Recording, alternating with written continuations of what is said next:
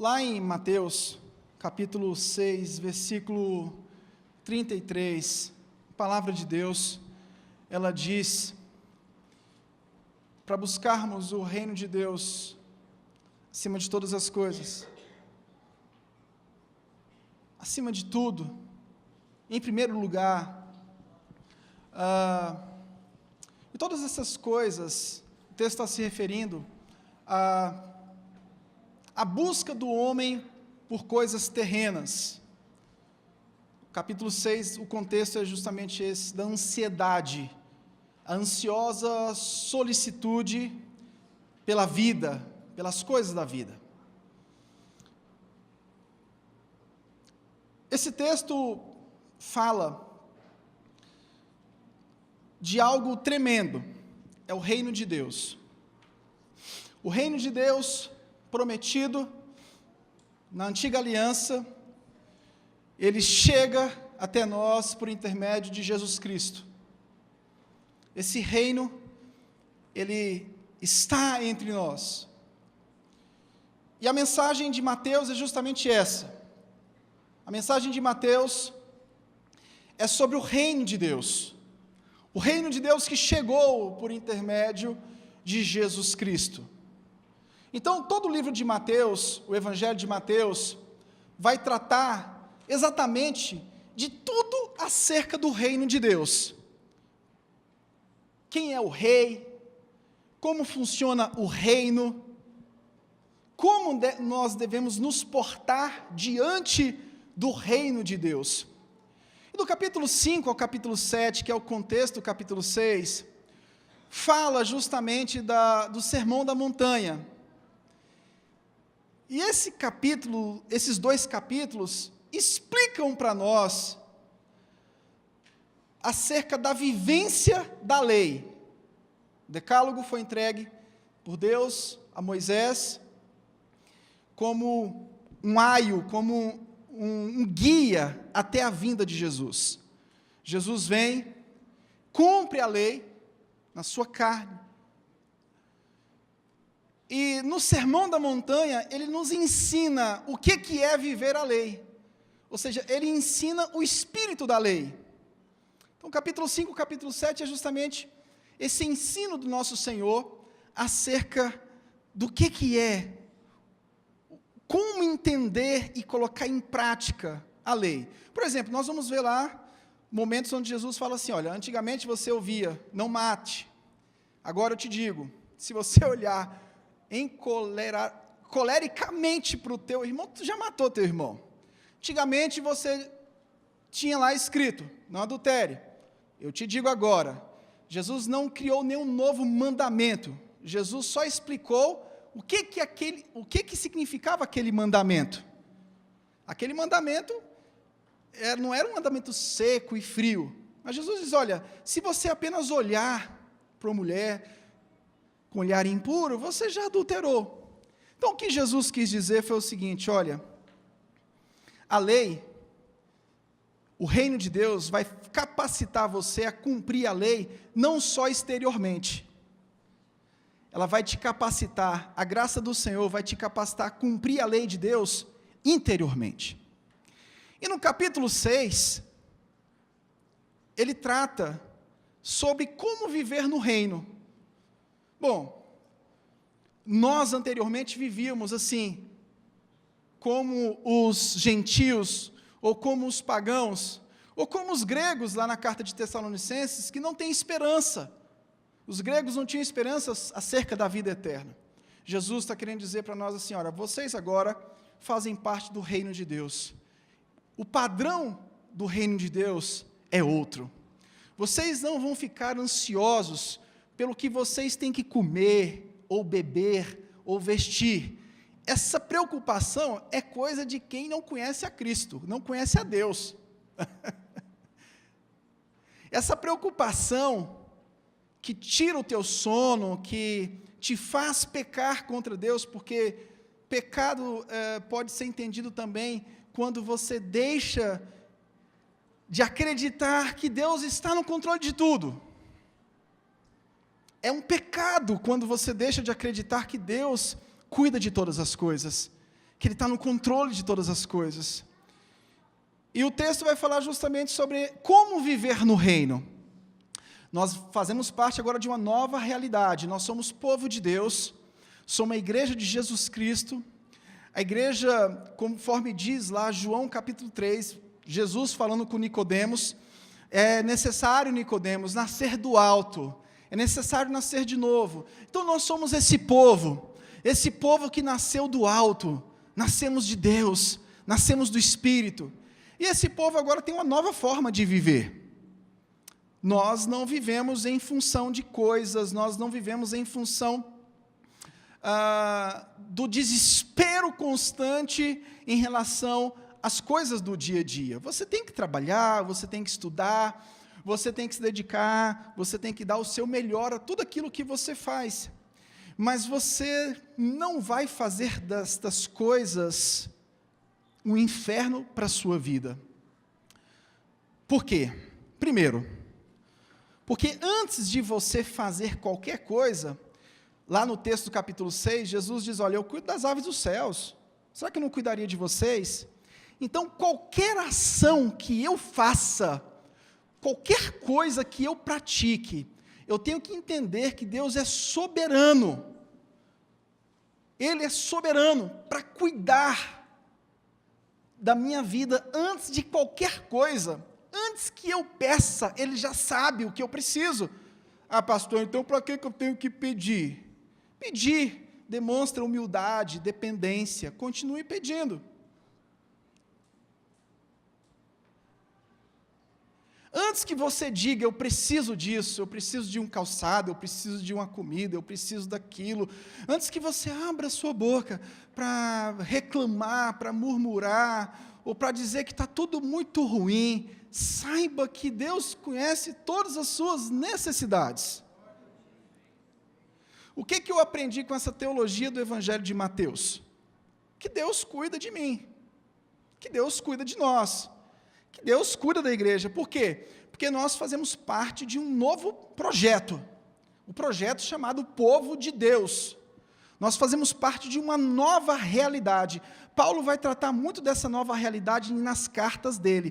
Por exemplo, quando você pega a carta aos Romanos, capítulo 12 em seguida, ele vai tratar como vive o povo de Deus, o povo que foi justificado pela fé.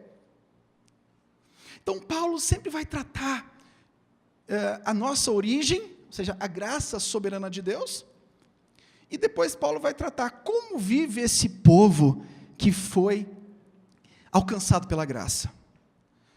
A Bíblia, então, vai trazer fundamentos e questões práticas. Meu irmão, vamos entregar as nossas vidas ao Senhor. Ele cuida de tudo.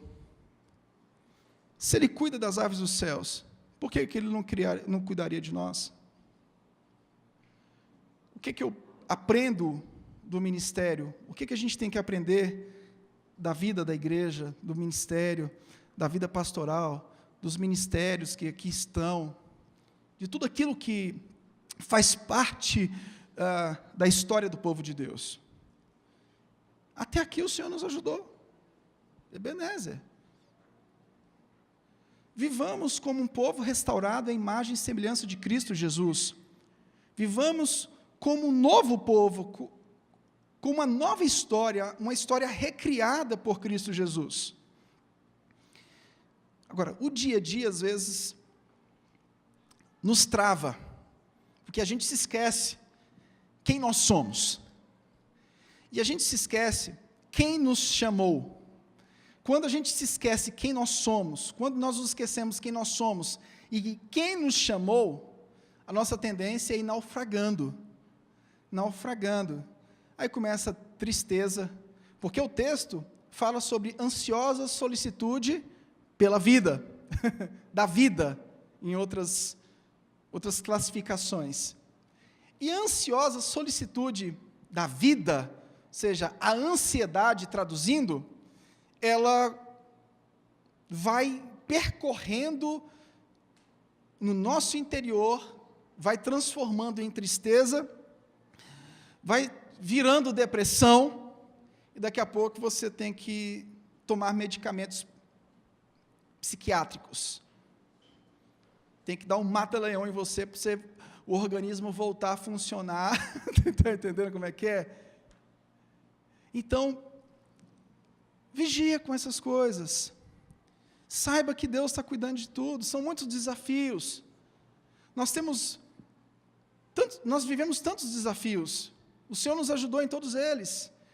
Algumas portas Deus abriu, outras portas Deus fechou. Mas Deus sempre esteve à nossa frente. Uma coisa que eu aprendo da vida ministerial Ele é o dono da obra, Ele é o dono da missão. A missio Dei, ou seja, a missão é de Deus. A missão não é nossa.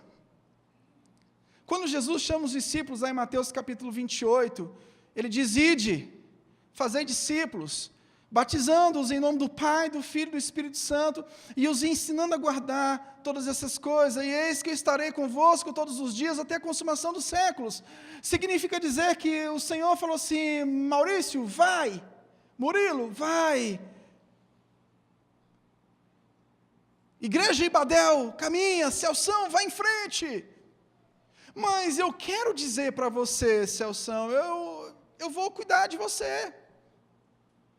Eu estou à frente, eu sou o dono dessa missão.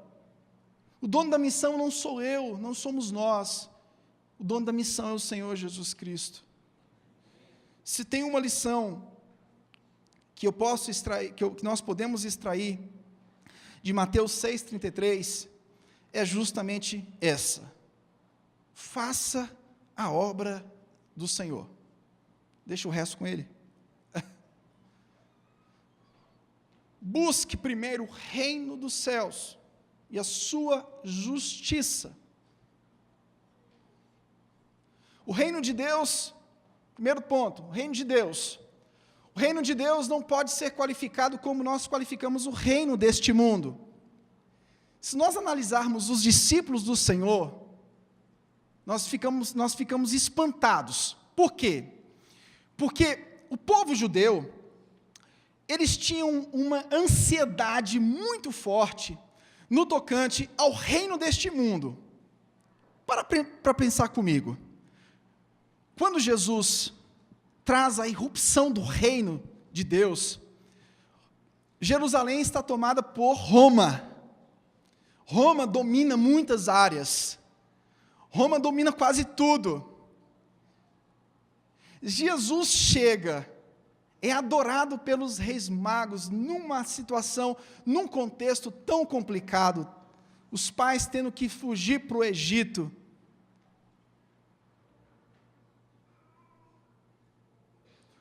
O anseio dos judeus era de um reinado físico, um reinado de poder.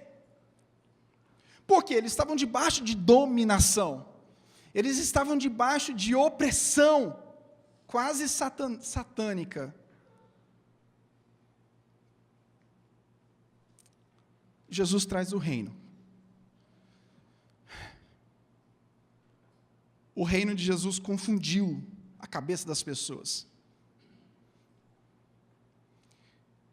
Confundiu a cabeça dos judeus. Por quê? Porque os judeus, eles gostavam muito de demonstração de poder terreno. Os gregos gostavam muito da sabedoria filosófica. É tanto que Paulo vai falar que os judeus gostam do poder e os gregos gostavam de sabedoria, demonstração de sabedoria. Então, para os judeus, Jesus era um fraco. Porque o reino que ele trouxe não abalou o mundo temporal. Muito pelo contrário. O reino que ele trouxe confundiu a cabeça das pessoas. Porque você imagine, o rei nasceu. Mas o rei que nasceu não é o rei que a gente esperava. A gente esperava um rei para abalar as estruturas econômicas e financeiras de Israel. Você imagine, Roma saqueando as viúvas de Israel, dominando tudo financeiramente, dominando o templo. Roma tinha o domínio do templo de Israel, de Jerusalém. As casas das viúvas eram saqueadas.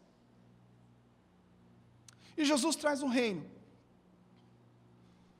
eterno. Quando a gente olha a narrativa de Marcos, a gente vai identificar os discípulos no capítulo 10, no contexto de Marcos 10, 45, quando diz, eu não vim para ser servido, mas para servir da minha vida em resgate por muitos. Ali nós vamos identificar no contexto uma briga muito séria dos discípulos no tocante ao poder. Eles imaginavam a seguinte questão: bom, nós vamos vencer a batalha contra Roma, cada um vai tomar posse de algum ministério, ministério da cidade, ministério da educação, ministério da cultura, ministério disso, ministério daquilo. E Jesus falou assim, ó, parafraseando, Jesus disse assim, vocês não entenderam nada, o meu reino não é para ser servido, o meu reino é para servir. Segundo ponto do texto, justiça. Buscai sobre todas as coisas o reino dos céus e a sua justiça. A justiça de Deus, ela confunde a nossa cabeça também, porque a nossa justiça, ela é carregada de coisas que não faz parte da justiça de Deus. Primeiro, a justiça de Deus, ela não leva em consideração os malfeitores. Se você olhar, por exemplo, o ladrão da cruz, se nós fôssemos aplicar a justiça humana sobre aquele ladrão na cruz, ele estaria no quinto dos infernos. A justiça de Deus, ela não se encaixa com o conceito da justiça humana. A justiça humana é sem misericórdia. A justiça de Deus as características da justiça de Deus a gente vai identificar lá em Gálatas, cheia de longanimidade, domínio próprio, bondade, e aí vai. O fruto do Espírito fala mais ou menos, que tem outros textos que vão falar da justiça de Deus, mas o fruto do Espírito está carregado do que significa a justiça de Deus. Viver conforme a justiça de Deus, viver com um parâmetro diferente. E no Sermão da Montanha a gente vai encontrar a justiça do reino de Deus espalhada. Você tem que andar não só mais uma milha, se teu irmão pisar na bola contigo, tem que andar, se possível, 2, 3 ou mais. Se teu irmão bater de um lado, a justiça de Deus, ela te diz o seguinte, ó, oferece o outro lado, outra face. Cara, como isso é difícil para mim na vida pastoral. E eu sei que é difícil para você, porque a vontade que a gente tem é de desistir. A vontade que a gente tem é de deixar de ser igreja. A vontade que a gente tem é de não ir mais para a igreja. E a palavra de Deus tem ministrado no meu coração a justiça do reino de Deus. A justiça do reino de Deus é justamente essa, é você não viver a sua própria justiça. A sua justiça, ela se dá da seguinte forma, toma lá da cá, pisou no meu calo, eu arranco o pé.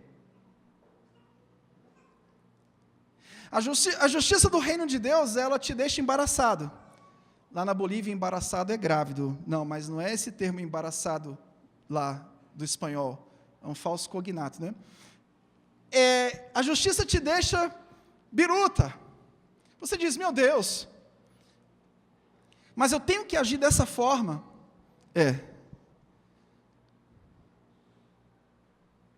A ingratidão que nós vivemos, que você vive, você só vai conseguir administrar a ingratidão pelo amor.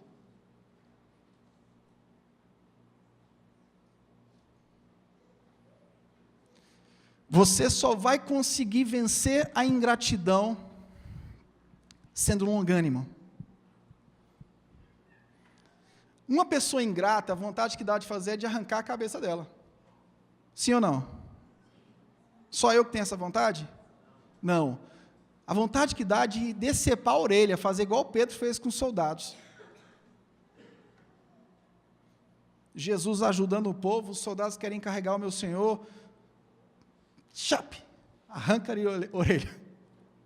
Então, o padrão da justiça do reino é totalmente distinta da nossa justiça. A nossa justiça é como um trapo de imundícia.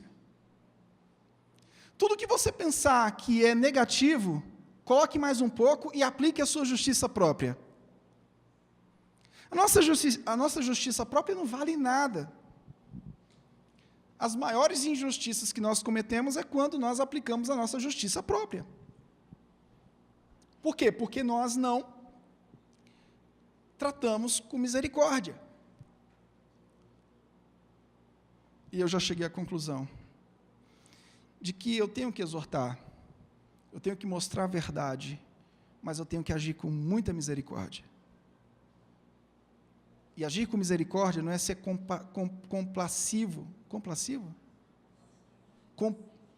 complacente com o pecado. Não.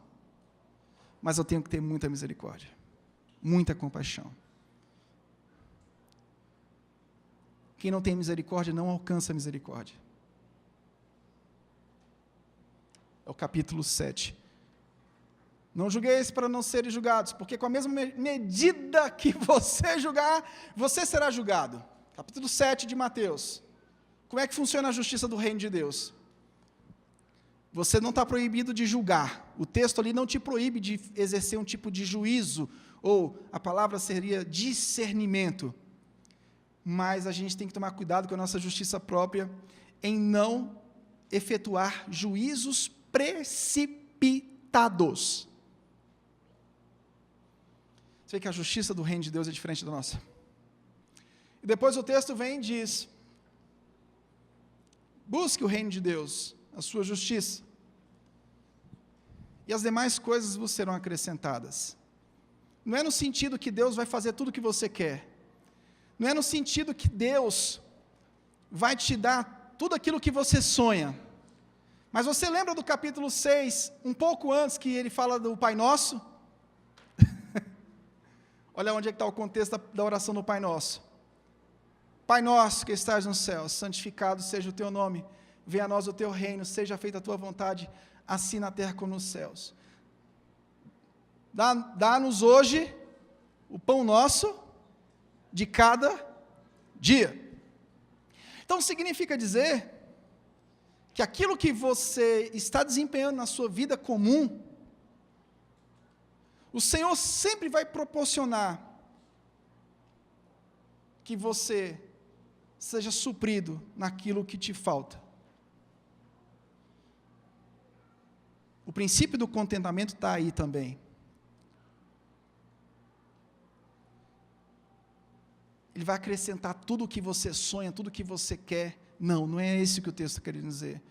O que ele está querendo dizer é o seguinte: vai lá, exerça a sua civilidade, faça o que tem que fazer. Eu vou te suprir, conforme a oração que eu ensinei para vocês. O pão nosso de cada dia dá-nos hoje. Isso nos basta. A gente vive numa sociedade complicada, que quer ser suprida além do necessário. A gente não precisa de muito para viver. Você acha que precisa de muito para viver. Você não precisa de muito para viver. Você pensa que precisa. Mas você pode chegar à conclusão que com pouco, talvez você vai ser muito mais feliz do que com muito. Porque com muito vem muita dívida também. Com muito você vai ser perseguido. Toda hora a pessoa vai pedir dinheiro emprestado para você. Cunhado não. Sogra. Amém? Aquele amigo que acha que tu ganhou na cena. Irmão,